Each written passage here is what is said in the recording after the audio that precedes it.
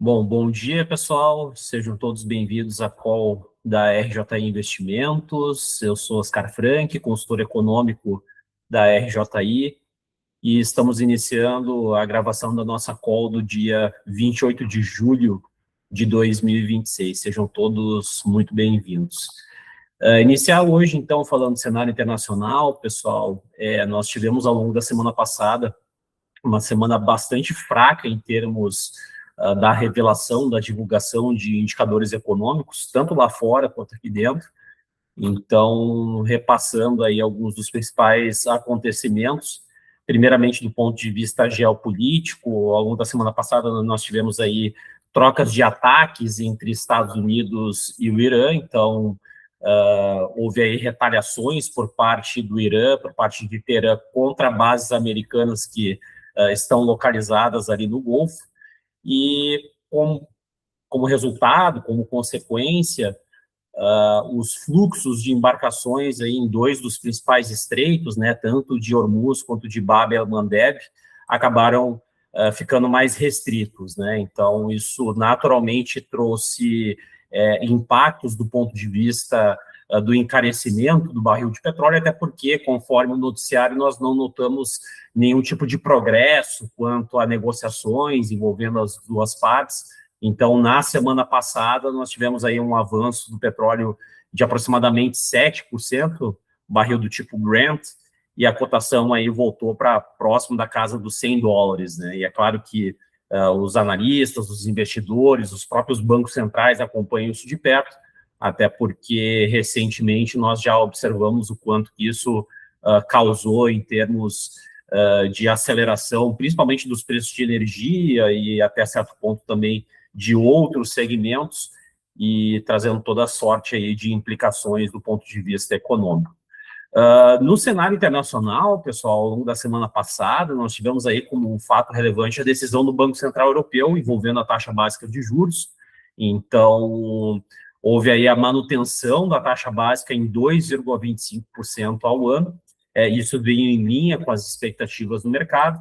E quando nós analisamos o comunicado, relativamente enxuto, entre os principais destaques está a menção aí ao fato de que os preços de energia se comportaram em linha com aquilo que eles anteviam, com aquilo que eles previam lá no mês de junho, né? Claro que existe muita incerteza que ainda permeia o panorama econômico, mas os preços de energia se coadunaram, né, com a expectativa ali, com o desenho, com a trajetória que havia sido traçada, delineada ali no mês de junho.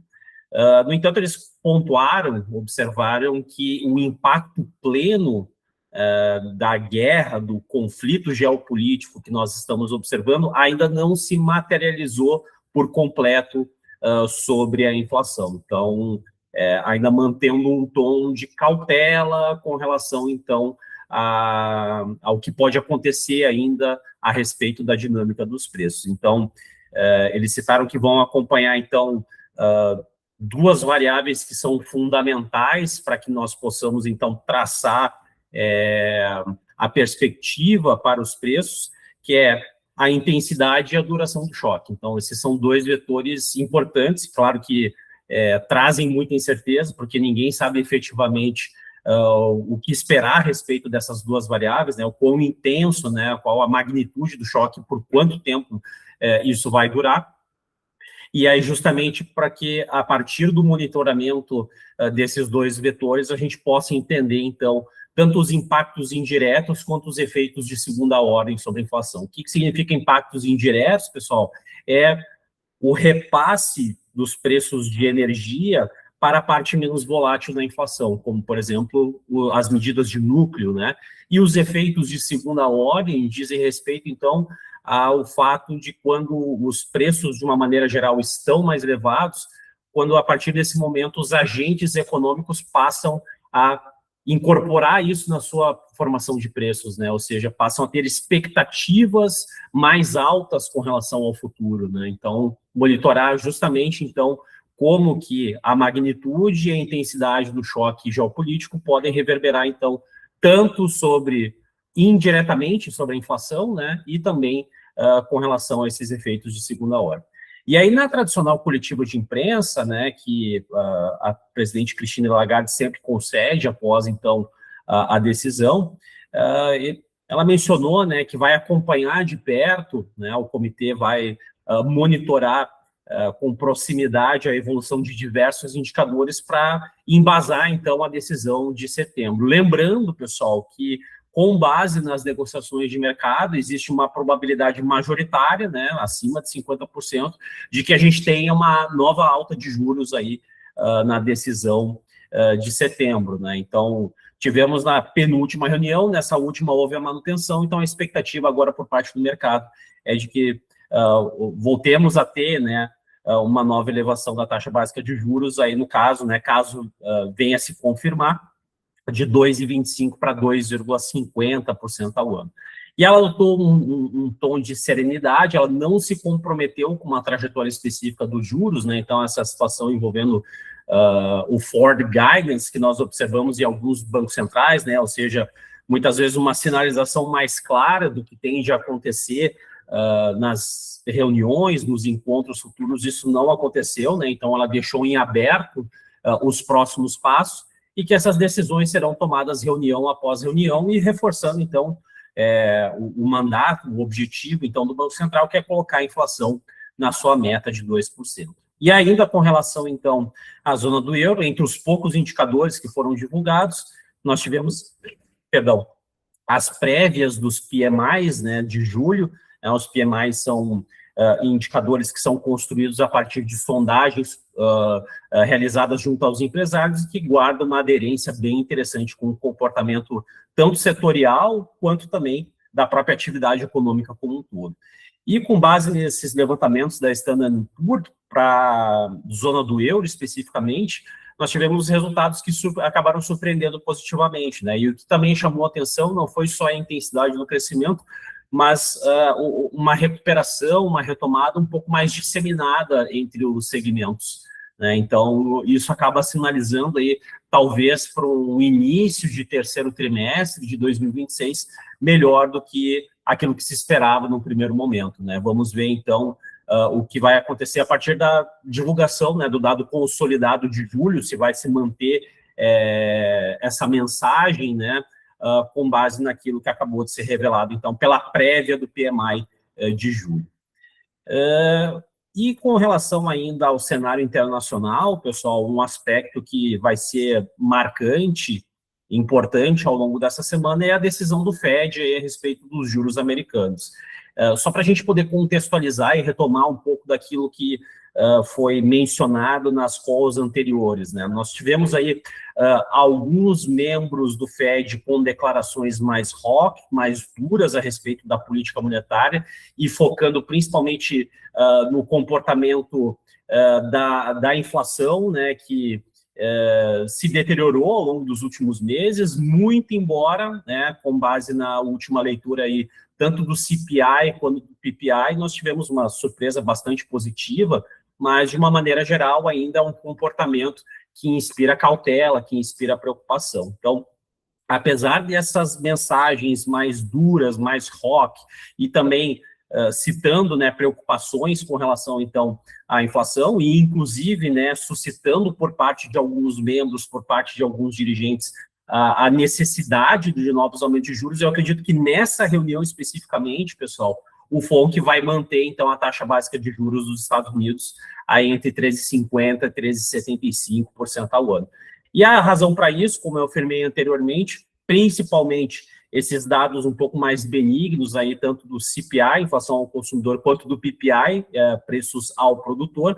Lembrando que o CPI não é a medida preferida de inflação por parte do Fed, o PCI vai ser divulgado depois da decisão, né, depois da quarta-feira, e deve mostrar uma dinâmica um pouco mais benigna, né, porque justamente os agentes de mercado utilizam o CPI e o PPI para poder estimar de maneira mais precisa o PCI, que é a medida, então, preferida de inflação por parte do Fed, né, e também lembrando daquilo que havia sido divulgado lá no início do mês com relação ao payroll de julho, nós também tivemos sinais a respeito de uma certa perda de tração aí do mercado de trabalho, né? Então, houve aí um arrefecimento da geração de empregos, lembrando que também houve revisões dos meses anteriores que foram significativas, né?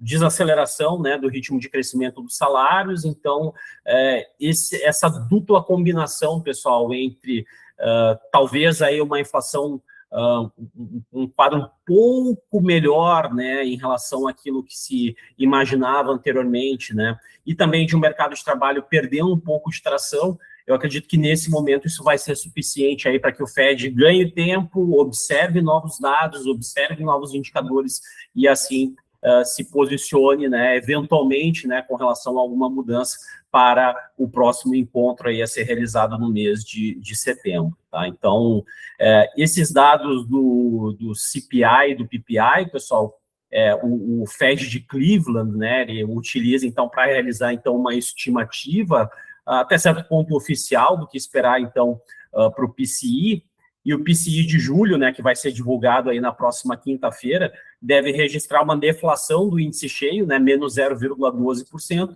e o núcleo 0,19% de crescimento, né? Então, isso deve ser suficiente aí para, pelo menos, a medida do núcleo no acumulado dos últimos 12 meses, né, essa métrica de tendência, dar uma certa desacelerada, né? Caso venha, então, a se confirmar, isso significaria, então, o núcleo do PCI desacelerando de 3,4% para 3,3%, ou seja, ainda assim, bem acima da meta de inflação de 2%, né, mas já um sinal um pouco mais positivo, né, com relação a essa dinâmica dos preços.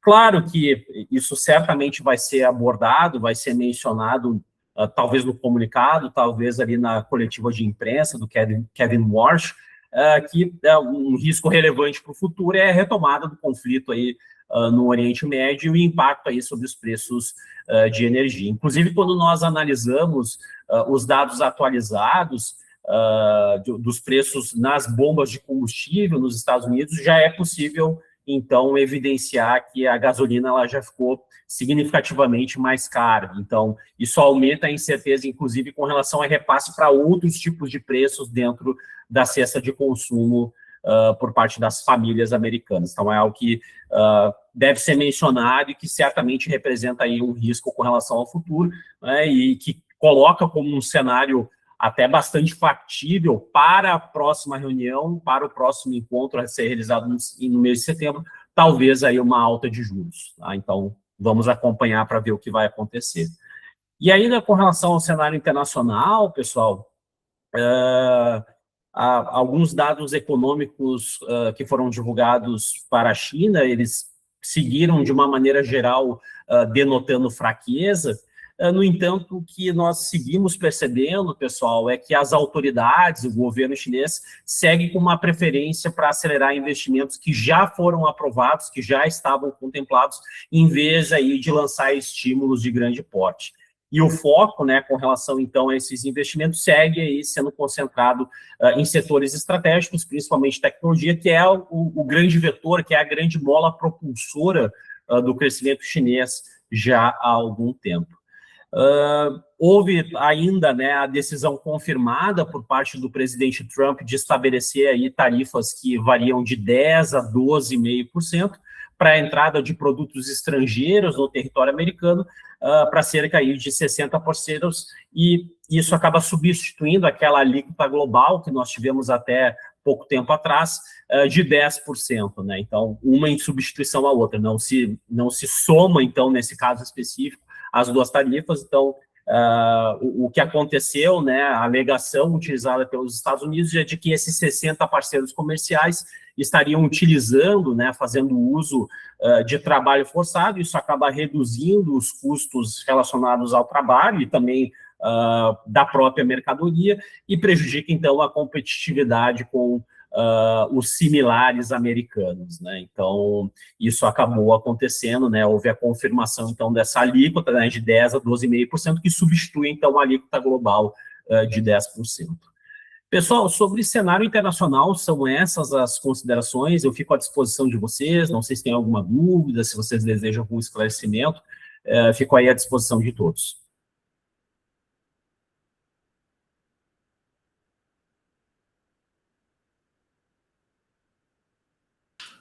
Por mim, tudo bem.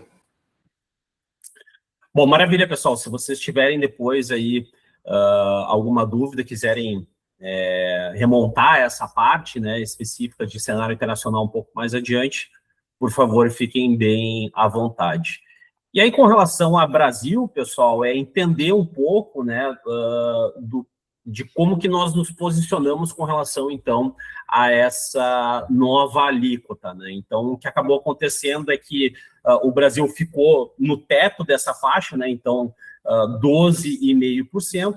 E agora caracterizar, então, pessoal, como que está a nossa situação em termos da relação comercial que nós temos com os Estados Unidos. Porque até há pouco tempo atrás houve um direcionamento de uma alíquota específica para o Brasil de 25%, né, e que se soma, então, a esses 12,5% para alguns casos específicos. Né? Então, vamos entender um pouco de qual que é o comportamento da nossa pauta com relação, então, aos Estados Unidos.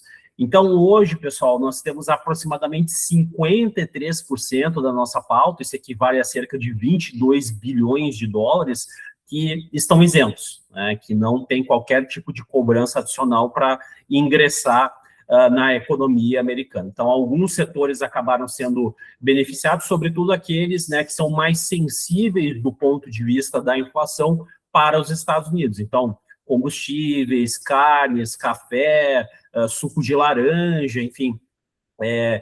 Não houve, então, cobrança, de uma maneira geral, né? Não existiu, então, cobrança com relação a isso. E aí nós temos a seguinte composição, então, pessoal, de 47% que tem algum tipo de cobrança, né? Então, o que acontece aqui, pessoal? Nós temos aproximadamente 4% que tem só a alíquota de 12,5%. Então, 4% da nossa pauta com a alíquota de 12,5%. Aproximadamente 0,7% da nossa pauta com a alíquota de 25%. E 25% da nossa pauta, ou seja, um quarto em termos de valor, acumulando as duas cobranças, né? Os 12,5% mais os 25%, ou seja, 37,5%. E o restante, pessoal, aproximadamente 17%, 18%, isso diz respeito lá à seção 232, né? Por parte do Departamento de Comércio americano, que contempla medidas específicas setoriais, né? Por exemplo, a cobrança de tarifas para aço e alumínio, né? Então, essa é a composição da nossa pauta. Então, um pouco mais da metade completamente isenta e o restante com base nessa subdivisão. Então, um pouco mais da metade desse restante, né? 25% desses 47%, apresenta, então, a incidência, né, a cobrança de uma dupla tributação. Quais são as principais categorias, então, pessoal, que ficam sujeitas a essa dupla tributação e que tendem a sofrer um impacto maior em função de tudo que aconteceu? Madeiras, químicos, máquinas e equipamentos, rochas naturais, calçados, gordura vegetal e animal, móveis, confecções, armas, açúcar. Esses são os principais setores, né, que acabaram sendo impactados. O governo ele anunciou aí a abertura de procedimentos para poder, então, recorrer à chamada lei de reciprocidade, né? Então, avaliar até que ponto haverá, então, a cobrança para a entrada de produtos americanos no território brasileiro. Então, isso vai ser avaliado por parte do governo. E também lançou aí o programa Brasil Soberano 3, com crédito aí de até 18,5 bilhões de reais para as empresas mais afetadas, né? Então, elas precisam comprovar aí os impactos, né, os seus efeitos, para que possam ter acesso a um crédito com condições diferenciadas, né, com valores abaixo dos praticados pelo mercado. Deixa eu projetar aqui a minha tela, pessoal, porque nós temos aqui um levantamento interessante para que a gente possa entender um pouco mais visualmente desse impacto, né?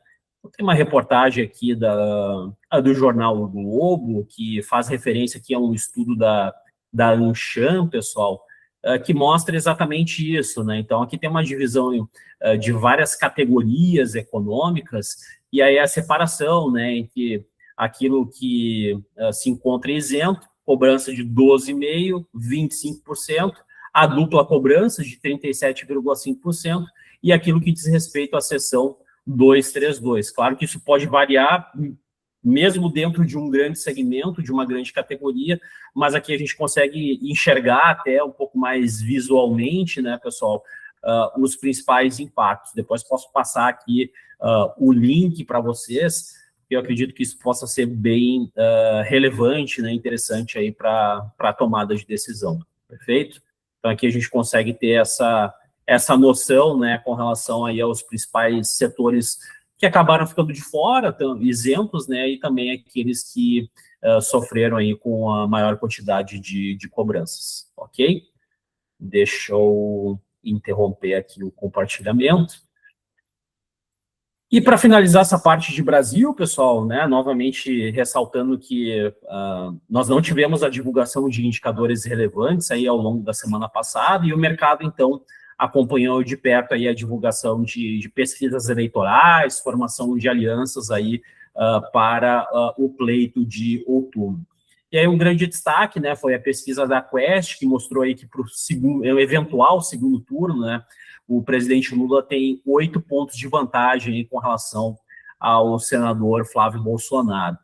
No entanto, se nós realizamos aí um exercício, né, que agrega diferentes levantamentos e que abarca as características metodológicas, né, que se diferenciam com relação, então, aos diferentes institutos de pesquisa, quando nós fazemos isso, a diferença ela fica bem menos acentuada, né? Fica uma diferença de 4 pontos percentuais somente, né? Ou seja, 46% para o presidente Lula e 42% para o senador Flávio, né? Então, algo que é bem mais equilibrado e que gera aí, né, uma fonte maior de incertezas, né?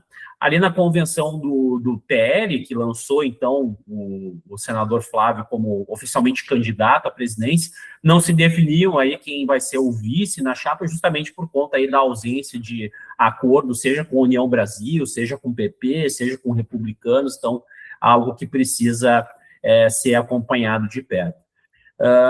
Claro, né, que ao longo das próximas semanas isso vai ganhar papel crescente aí na formação do preço dos ativos, né? Novas pesquisas que venham a ser divulgadas, formação de alianças, ou até mesmo divulgação de novos ruídos políticos, né? A questão do caso Master, enfim, isso tudo vai ser bem importante aí para a gente entender um pouco da trajetória aí dos preços dos ativos ao longo das próximas semanas. Pessoal, sobre Brasil, são essas as considerações. Alguma dúvida, algum esclarecimento? Fico aí à disposição.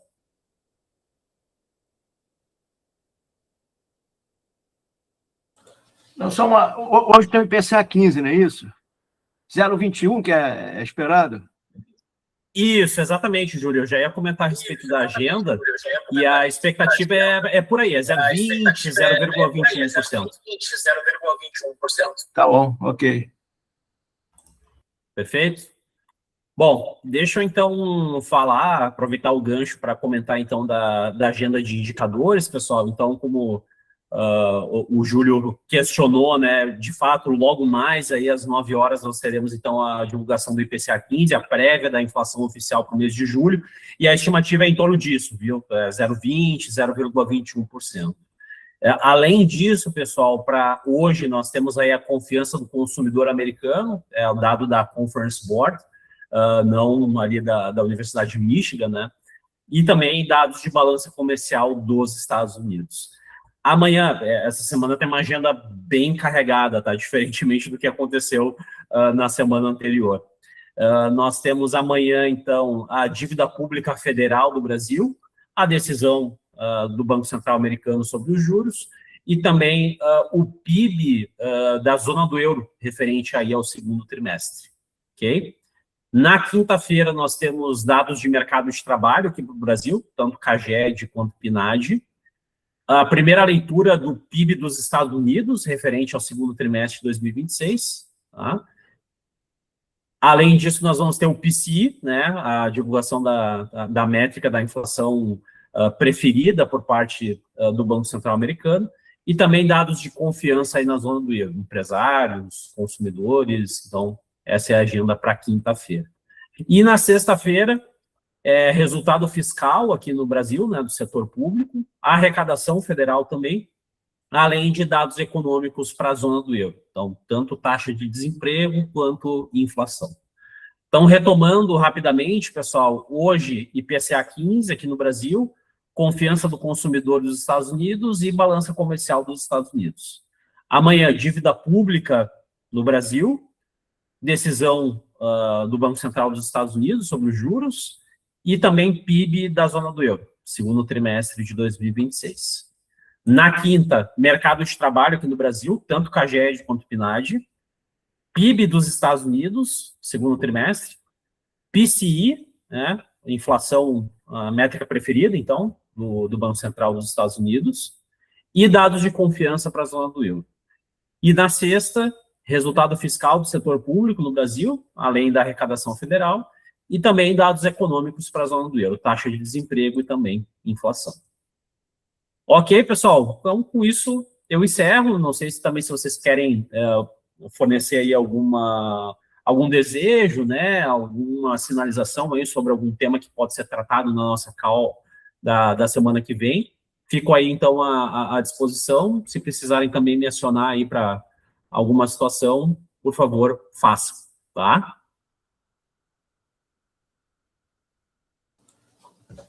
Por mim, tudo ok. Ok, obrigado.